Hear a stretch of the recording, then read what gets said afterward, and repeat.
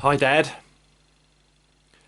I've had to borrow a camera because I don't have one of my own, so I apologise for the state of this video. It is what it is, I'm afraid. I suppose the first thing I should say is that I'm sorry to hear about your diagnosis. We haven't got on for a while, but I would never wish you harm. And by the sound of it, you've got a tough few months ahead and a tough ending to come. So I wish you well. I have to say, this method of sorting out your will is quite Shakespearean. Pitting my brothers and me against each other one more time. You know, whoever can justify how they would spend the money and why they deserve it is the one who'll get the inheritance. That's quite a move, Dad. Bravo. Well done. Nice to know you haven't lost your sense of humour as the illness spreads through your body. I have no idea what sort of thing you're expecting, so I will just tell you the truth.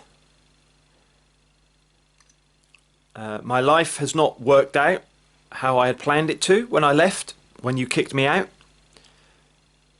I wanted to work in tourism, so I found a course, and I was learning Greek, among other things, with a view to working abroad. Unfortunately, while doing that course, I met someone, a guy who I kind of fell for, and he was the wrong person at the wrong time and led me down the wrong path and got me into some bad habits that continued for the next couple of decades, leading, as you might remember, to my spell in a treatment centre 7 years ago, which you refused to pay for. No grudges about that. I understand your thinking. I imagine it was hard to hear from your son for the first time in 15 years and he was asking you to pay for his drug addiction therapy. But because you wouldn't pay, I had to go on a waiting list for funded placement, and that took several months to come through, and those months were probably when it got the hardest. But I was lucky. I got what I needed on my first spell in the centre, and so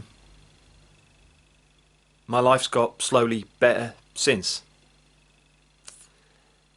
So, how would I spend your money if you left it to me? To be honest, I think I would probably throw the biggest party that the south of England has ever seen. I think my ongoing abstinence is contingent on the fact that I can't afford to indulge my addiction. So having your lifelong gained wealth thrown in my lap would probably push me straight over the edge again. I think the people that I am currently successfully keeping away from would hear about the money and come knocking on my door, and I would not be able to resist their ideas and their company and their habits. So I think there would be a party that would go on for a long time. I would very rapidly need the help again that I got from the treatment centre. I'd be able to afford it, but sadly I think I wouldn't be desperate enough to need it unless the money ran out, and as you probably know, with what you've managed to amass, it wouldn't run out for a long time. So yeah, I think I would return to a very dark place very quickly, if I'm honest.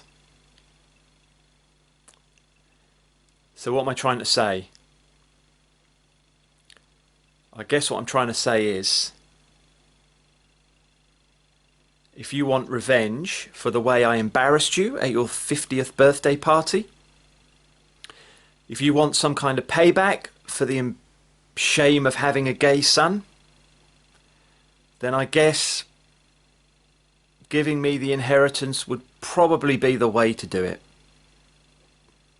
Because I think your money in my hands with my addiction history would probably be a pretty toxic mix and would probably see me off, because I don't think I've got another recovery in me, and it would be a death sentence. I don't know what else to tell you. Bye, Dad.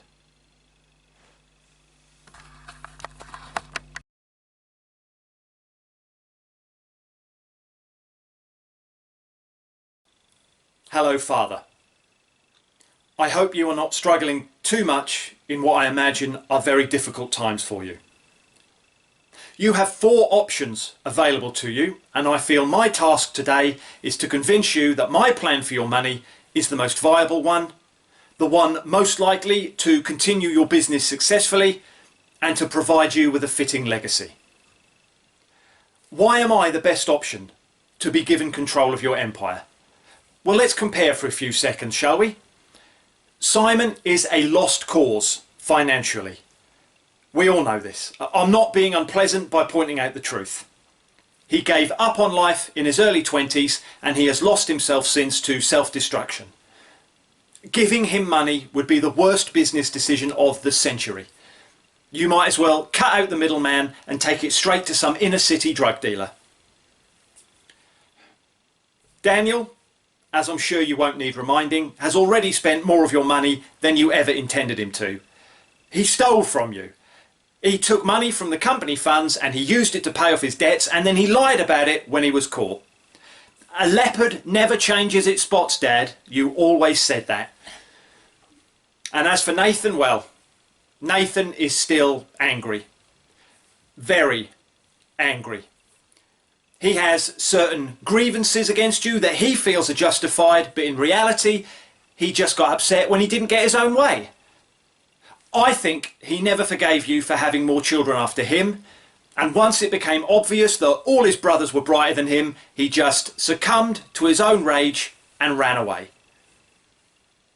So I'm sure you will agree that I am the best option, but I'm sure you'd like to know my plans for your business moving forward. Here is my proposal. This chart shows, to the best of my knowledge, without access to all of your accounts, the most profitable aspects of your business as it stands. Roughly 1/2 income from property management, rents, rates, etc. Roughly 1/4 coming from investing in small companies, which then build up and then you sell the shares at a later date. The other 1/4 coming from property speculation, buying up old unused premises, improving them and then selling them on for a profit. I would like to facilitate growth in this sector. Property prices, especially commercial property, continue to grow year on year. I don't have the exact figures to hand, but they're really good. I would like to extract some income from these sectors and input it into this sector here, the speculation one, to maximize profitability and accentuate exponential expansion. On this graph, I have shown you the increased profit I would expect to create for the business over the coming years. As I'm sure you can see, and as I'm sure you'll appreciate, this is really attractive viewing. I've also done it here in the form of a bar graph, in case you prefer. We had an issue with our printer, but there it is. I know I made mistakes when I worked for you, and I understand that's why you sacked me. But I believe I have learnt from those mistakes, and I am ready to take your business on to its next level. I can make it a success in your name. I think this presentation today shows you how far my levels of professionalism have grown since you last saw me. Thank you for your time, and thank you for your consideration.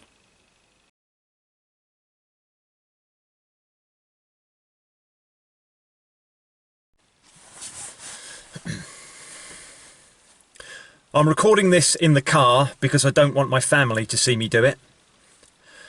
I'm not even sure I want them knowing we're back in contact, if I'm honest. This is a hell of a way to re-establish a relationship, by the way. Asking me to send a begging letter by video. forcing me to plead for something that should be ours by rights if you were a decent human being. I'm so angry I can barely breathe. That's why I don't want my children to see it. I'm going to be as plain and as open and as simple as I can. I do not want anything from you. Not one penny. Anything I needed from you, I needed when I was 12 or 13, and I don't think you were ever capable of it, then or now. I've got 3 kids of my own, and the thought of treating them the way you treated us, of doing to them what you did to us, is unthinkable. But my wife is unable to work. I'm doing deliveries 6 days a week just to keep us afloat, and I worry about the children's future. So here I am, answering your bloody call when I should be telling you to jump off a bridge. So why should I be entitled to your ill-gotten gains? I'm the eldest, and I was more of a father to the other 3 than you ever were. I taught them to shave, I helped them with homework, I kept them safe at school while you were in the office not giving a shit about any of us. That must count for something. Been keeping a close eye on Mum as well. Do you remember her? The woman who kept your day-to-day schedule running and hosted parties for you while you were conducting a 15-year affair and visiting prostitutes. Jesus, Dad!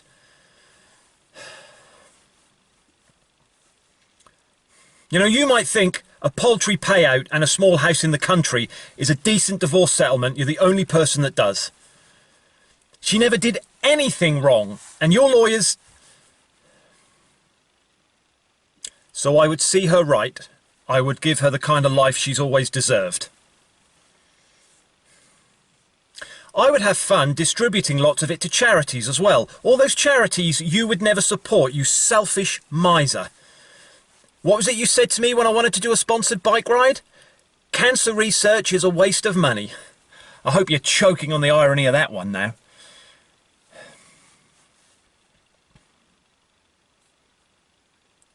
The rest I would put away for my boys to use at university. Give them a chance of a decent life doing something they want, not what their father thinks is best for them. Maybe give them all a deposit on a decent house as well, if they want one. If they want one. My love and support is not contingent on them obeying my instructions or else.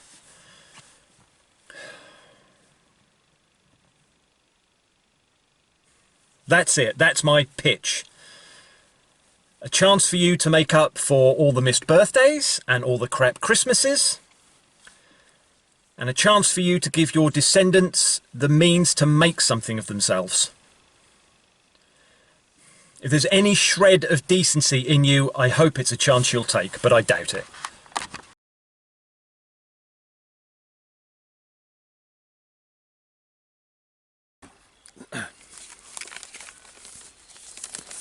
I've written everything down to make sure I say what I mean to say, and to make sure I don't say anything that might be legally questionable and lead me to get into trouble with the law. I know all too well, as you know, how bad a situation that might lead to. Elephant in the room time. Yes, I stole from you, and I paid the price for that. You made absolutely sure of that, didn't you? My solicitor told me there was a chance for leniency, but you insisted on the full charges and the full sentence. Thank you for that. I didn't mind prison, and it certainly changed the direction of my life in a good way. But do you have the faintest idea how hard it is to start up again when you're released? Do you know how biased society is against people who have been inside? Can you even consider how prejudiced everyone is and how rehabilitation isn't really believed as a possibility? No, of course you can't. How could you? You've never been near a prison. Certainly not to visit me. You didn't send me to prison to reform me anyway. You sent me there because you're vindictive. I took something from you and you wanted revenge, so you put me away in the hope of ruining any chance I might have of a future. Nathan always said you were a cruel man.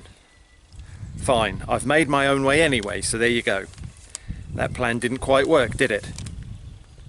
I wonder now if you were hoping I'd have to come running back to you for help after I was released. If so, that plan didn't work either, did it? So, your little project. Putting your legacy and your inheritance out to tender among your offspring.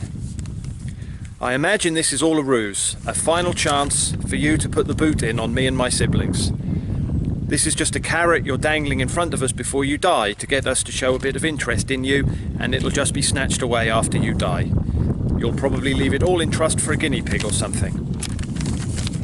But I'll tell you, just to tell you, I would split the money equally, 4 ways. Each of your sons would get an equal share, and we'd be free to do with it as we saw fit.